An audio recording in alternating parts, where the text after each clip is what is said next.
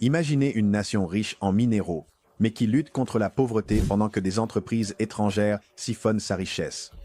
Maintenant, imaginez son dirigeant se levant et disant « ça suffit comme ça ».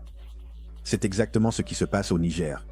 Dans un geste choquant, le général Abdourahmane Chiani a ordonné aux entreprises minières chinoises de faire leurs valises et de partir dans les 48 heures.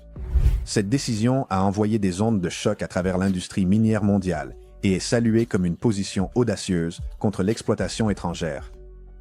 Cette annonce soudaine a laissé beaucoup de gens se demander à quel point le Niger est prêt à prendre le contrôle total de son secteur minier. Avec d'immenses réserves minérales, le pays a le potentiel de prospérer s'il est géré efficacement. Mais pourquoi le Niger a-t-il soudainement pris cette mesure drastique?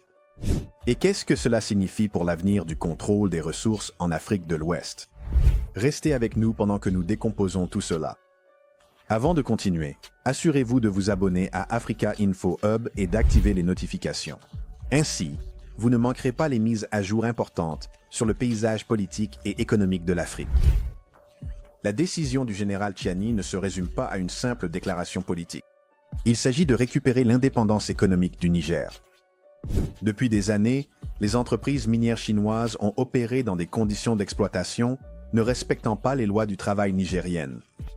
Les rapports indiquent que ces entreprises ont payé des salaires dérisoires aux travailleurs tout en leur niant des droits fondamentaux, comme des protections en matière de sécurité et des contrats de travail équitables.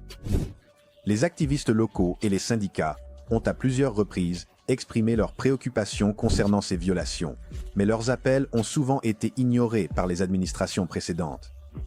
De nombreux Nigériens sont frustrés de voir leurs ressources extraites avec peu de bénéfices pour leur communauté.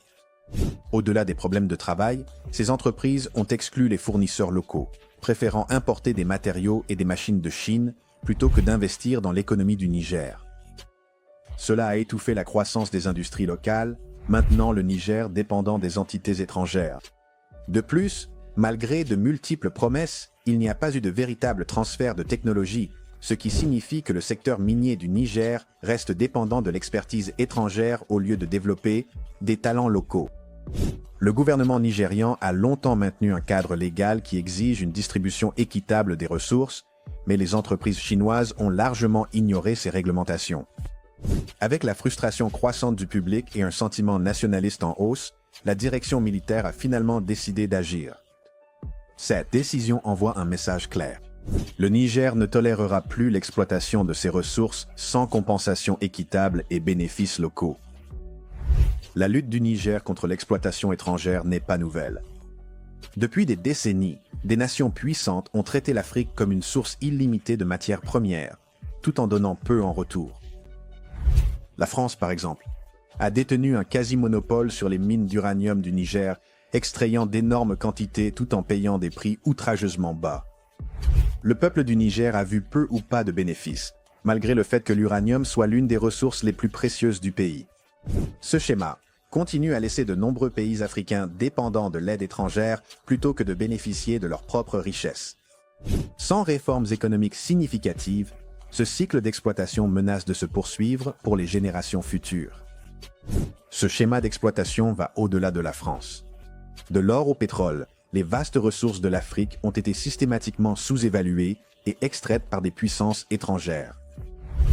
Les entreprises occidentales, suivies par l'essor des entreprises chinoises, ont profité des cadres réglementaires faibles de l'Afrique et des alliances politiques corrompues pour obtenir des contrats lucratifs qui désavantagent les populations locales.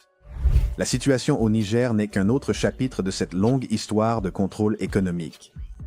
Mais un changement est en train de se produire. À travers l'Afrique de l'Ouest, les dirigeants réalisent que leurs nations ne peuvent pas atteindre une véritable souveraineté si elles ne contrôlent pas leurs propres richesses.